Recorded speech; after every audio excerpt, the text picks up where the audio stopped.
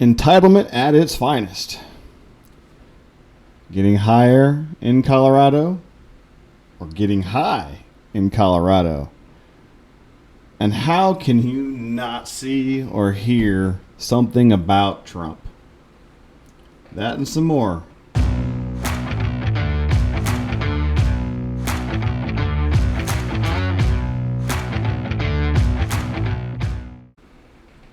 Welcome back. Thanks for stopping by. Before we get started, though, please go ahead and give this a like. Click subscribe if you haven't subscribed to this channel. Go ahead and hit the notification bell so you don't ever miss an episode. And then please, please, please go ahead and share this so we can go big with it. Now let's get into it. Athletes nowadays have this sense of entitlement. A lot of them do. Their talent is immense, and so therefore they think they're entitled to anything they want, whenever they want it, however they want it. And I'm not against getting paid for your talent or getting paid for the amount of work you put in. What I am is over-entitlement. Things such as, I went to school, I played baseball all 4 years, and granted I wasn't good enough to be in the major leagues, but for those who were on my team, one of them stopped after college and went into teaching. That was his passion. He had the opportunity. He more than probably could have done well getting drafted if he so chose, but he chose to leave the sports world behind and go into teaching. And so talent doesn't necessarily mean entitlement, but saying I came from a small school and what have you, and no one looks at small schools a lot, and I'm okay with not being in the major leagues somewhat. But what I'm talking about is I went to college for an education. My friend went to college for an education, and it got him somewhere closer to where he wanted to be. He's got his doctorate now, and he's a full-time educator. Amazing. I've got my education, and I am where I am in my career. And so you go to college for an education. Where did we lose that? Where did we lose that sense of desire for getting better, for bettering ourselves? We go to college for an education to get better, to experience some things in life, and it's still in a controlled environment. For example, Olivia Dunn, the Olympic, or the gymnast from LSU, I should say, doesn't attend in-person classes for safety reasons. Now, I'm not expecting a young person to be fully aware of the consequences of their actions to a degree, but then again, because of that, where are her advisors and mentors? She, because of the NCAA's allowance of this name, image, and likeness crap that is permeating through college, which you can now get sponsors and get paid, essentially, while you're in college for your name, your image, and your likeness, because you're a superstar, and she's a superstar on a superstar team. She's getting paid tons of money, but now she's oh so popular she can't attend class. Should have thought of that before you did the popular thing and go after the money. NFL running backs are complaining about not making enough money. Couple things on that. One, running backs aren't as important in today's game as they used to be.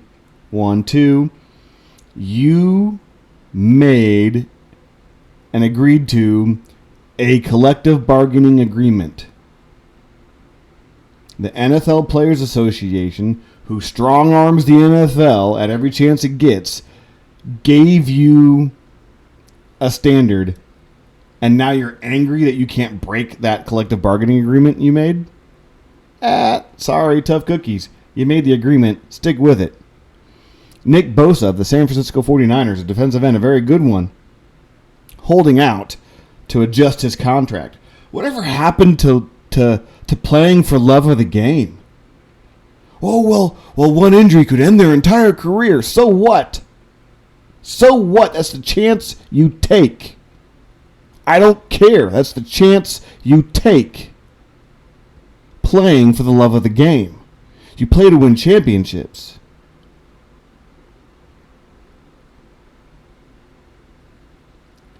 But they want this guaranteed money nowadays so they can be set for the rest of their lives and be lazy the rest of their lives. Not have to work anymore. Well, come back down to reality, dude. The Niners just signed another defensive end, Taco Charleston from the Dallas Cowboys.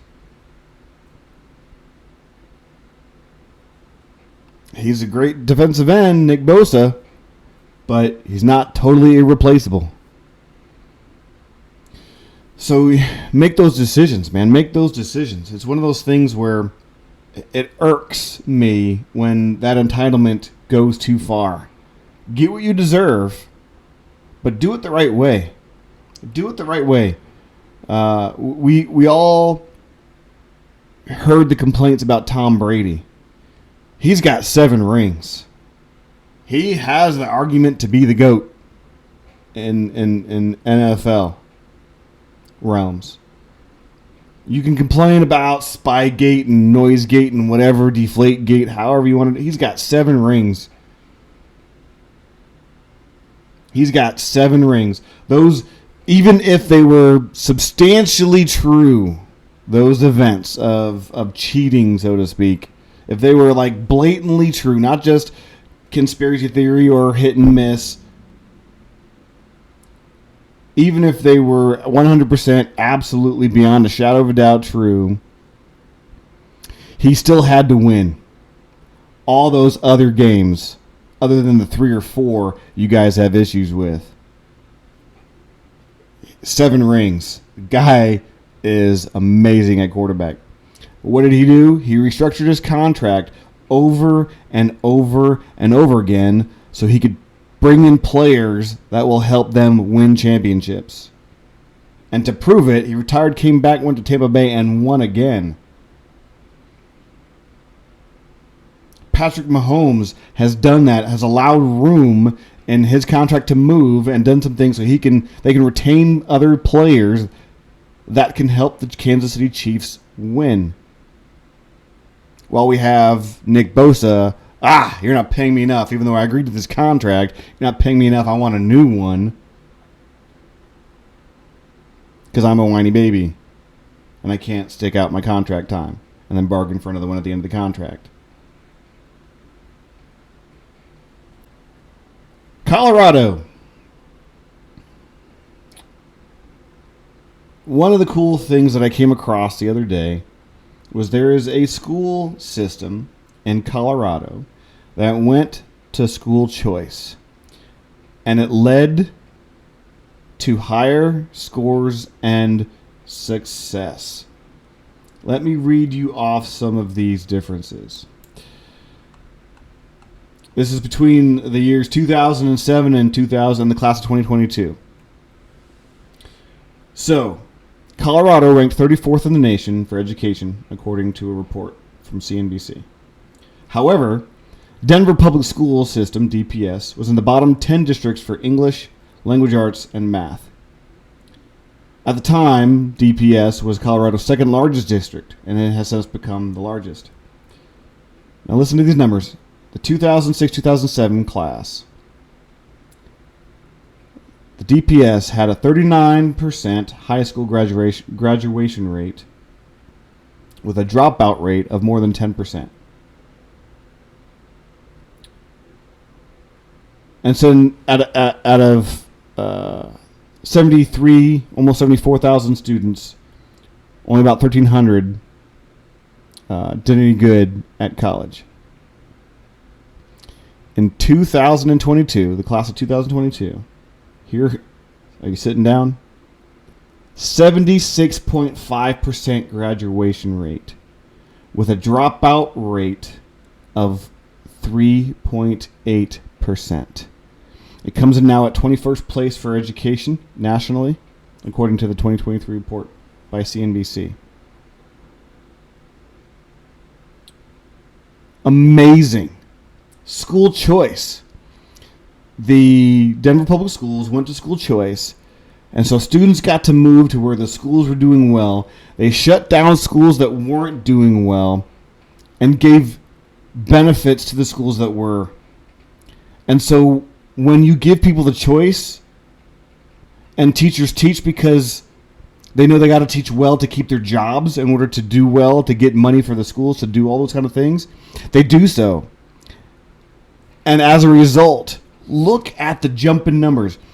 Almost 39% graduation rate to a 76.5%.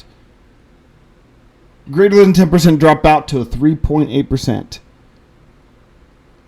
That's absolutely amazing.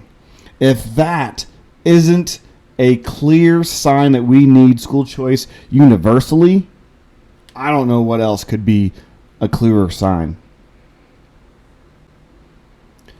Speaking of getting high in Colorado, and my marijuana, pro-marijuana friends, I'll put it that way, or associates, acquaintances, or what have you, may get a little unhappy. But I'm just putting out information here. There's a study that's been, or there's a report that's been put out as a result of 30 studies, and the results are this: increase in cannabis poisoning coincide with drug legalization. This new collaboration of studies find the impact of cannabis legalization and decriminalization on acute poisoning, a systematic review. So this review started began in March of 2022, was finally accepted this past May, where they did a comparison of criteria. So before marijuana was made legal for medical use and for recreational use, and then decriminalization or legalization of recreational cannabis. So you have those two sides to it. Illegalization of everything, then you got the medical side of it, and then the decriminalization or the legalization for recreational use. And they are finding that mainly the impact comes through edibles and the overconsumption of edibles. Now, this is what caught my eye. The study also says that the impact concerning acute poisoning is 3 times higher now in adults than before it was medically available and legally or legalized for recreational use. That's scary enough. But in children, 4.5 times higher rates of acute poisoning.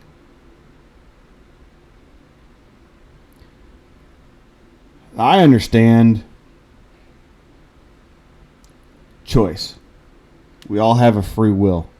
But choices have consequences. And so, the saying, call a spade, people were screaming, oh, there's no studies that say that use of cannabis and marijuana are bad. Now we got 30 of them.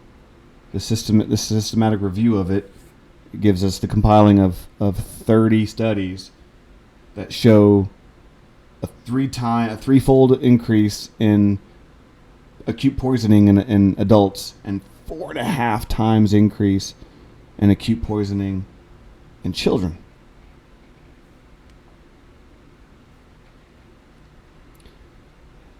Now, we can go into the weeds, pun intended, on the benefits that there have been shown in medicinal usage of THC and that. We can talk about that.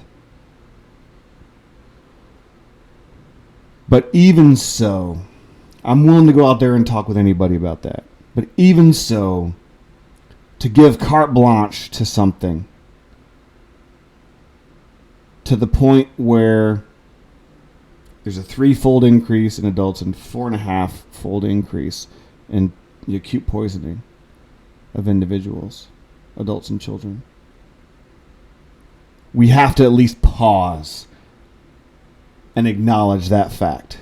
Those who scream and cry for total decriminalization of marijuana, we have to at least pause and discuss this finding.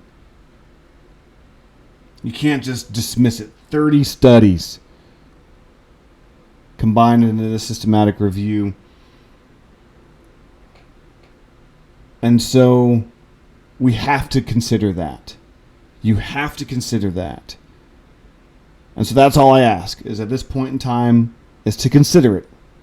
And then, are you willing to concede that maybe, just maybe, there's something to these studies, and therefore something should be done? Not necessarily, and again, my anti-cannabis people are going to not like this statement, but not necessarily all out, just completely go back to criminalizing things. I am not a big proponent of knee-jerk reactions.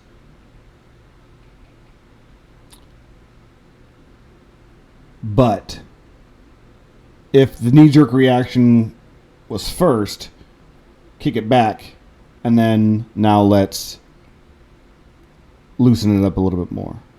So if the gates were just thrown wide open, okay, let's close them real quick, and then let's figure out how far we want to open those gates. That's what I have to say on that. President Trump in the news again. I don't have enough fingers, thumbs, and toes to count the number of charges that are now being faced by President Trump. He's got 4 more, all relating to the January 6th, 2021 event, as I guess what people want to call that. So, there is, amongst that, it's 6 conspirators as well. Most of those are his lawyers and the advisors that he had surrounding the issue. So actually there's 3 more charges: a conspiracy to defraud the United States by using dishonesty, fraud, and deceit to impair, obstruct, and defeat the lawful federal government function by which the results of the presidential election are collected, counted, and certified by the federal government, in violation of United States Code 18. Second one, conspiracy to corruptly obstruct and impede the January 6th congressional proceedings at which the collected results of the presidential election are counted and certified, certification process. And then conspiracy against the right to vote and to have one's votes counted in violation of, United States Title Code 18. So there's you're having to prove the intent of President Trump at any given moment. you're trying to prove that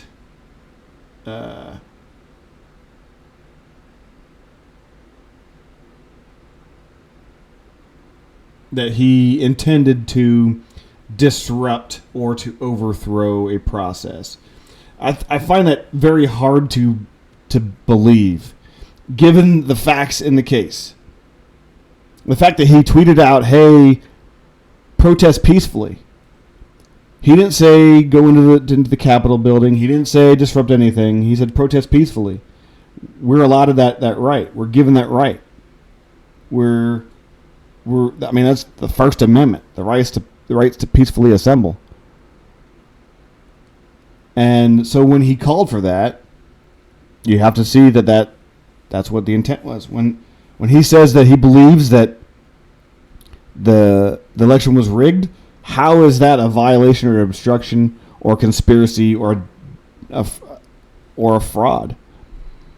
You have to prove that he didn't know that what he was saying was true. That's what these counts are. That they're trying to prove intent of he knew what he was saying was false. Well, he believes it, therefore the intent is that he thinks they're true.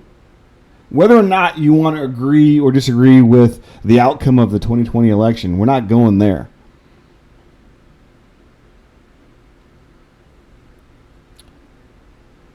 But you have the conspiracy to defraud, obstructing an official proceeding, and then I'll mention the fourth one: conspiracy against the rights, the right to vote, and the right to have a non messed with vote. So they have to. That's a really big stretch in the grand scheme of things. And so I think it's a political witch hunt. I think that they're wanting to defame this man's name so much because they think he's going to be the Republican nominee. And they think that they can do to him what they did to him in the 2020 election. And so that's the left's strategy. No matter who ends up being the Democratic nominee, whether it's Joe Biden or Kamala Harris or Gavin Newsom. We'll talk about RFK Jr. later because it's not going to be him because he's not an establishment party guy. So whoever the Democrats are going to bring, that's what they're going to say against Trump because they're assuming that Trump's going to be Republican nominee. So they're bad-mouthing him and bashing him as much as they can with as much trivial crap as they can in hopes that they can do to him what they did in the 2020 election. Not to mind you that Jack Smith, the prosecutor, somehow forgot to mention some evidence, even though I gave all the evidence. He ended up admitting he lied, that he didn't give all the evidence to the Trump camp. Not to mention that the judge that was randomly selected in D.C., an Obama appointee, has put 11 or 12 people who were at the January 6th event,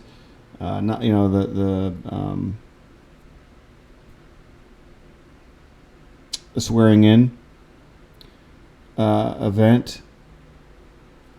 All of them, she put them in jail. On top of the fact that for a number of years, she worked alongside, I kid you not, Hunter Biden at a law firm. So if you ever hear the term fair and impartial, you can't put it on this story. You can't. No matter what side you're on, you can't say that that's fair and impartial. You cannot. Excuse me, you cannot. You cannot. All right. To my favorite thing to do. Occasionally, I hope my boss, you're not watching this part. You can stop at this part. Boss, you can stop at this part. Occasionally at work, I have some downtime. During that downtime, I happen to just every once in a while just flick through and watch some YouTube videos. Well, I have come across some YouTube shorts of this gentleman here, and I picked out one. I want you to watch it. And as we watch it, I want you to see what's going on here. So let's watch it. He's walking up to this lady, and he's giving her some flowers to hold as he ties his shoe. And he ties his shoe and he carries on a conversation with her. A little chit-chat here and there. And then he finishes up tying his shoe. And, it's a nice, conversation. But then he leaves, and he leaves her with the flowers and tells her to have a good day. And the look on her face, the joy that he brought to her, the act of kindness, I think it's absolutely amazing. It's a simple gesture, but the act of kindness, absolutely amazing. And so I talked about a lot of some stuff that's not so positive, and there's a lot of not so positive things. There's a lot of definitely negative things in this world. And so one of the things I like to do is I want to bring out some positive, some random act of kindness here to show you that yes, there is still goodness. What I don't know this guy. I don't know this guy personally. I see him in doing a lot of these types of things on YouTube Shorts. And so I guess from this, like, what I can say is I'm putting out a request out there for all of you guys. Is to don't have to videotape it. I'm not going to question why he's videotaping these things. My hope is that he's doing it to inspire other people to do the same thing. And that's what I want to say, is for you to go out there and perform random acts of kindness. To go out there and find somebody. It doesn't have to be somebody who's necessarily destitute. There's a few videos that you see of his that people are poor and down and out, and he gives them some money, or he buys them some shoes, or what have you. You can go out and do that, but this woman here, she looks probably waiting for something, and so he's being kind, randomly being kind to somebody. And so if you can do those things for other people as you are able to do so, you'll have a better day. Not saying you're going to get anything back from it all, but you'll feel better. You will feel better. So like this guy, go out and do something good for somebody else, and you'll feel better about it as well. That's all I have for today. Again, thanks for stopping by. You can visit me on X Corp, or formerly known as Twitter, at 2 Hands and a Foot. Go ahead, again, if you haven't already, like, subscribe, share this with your friends.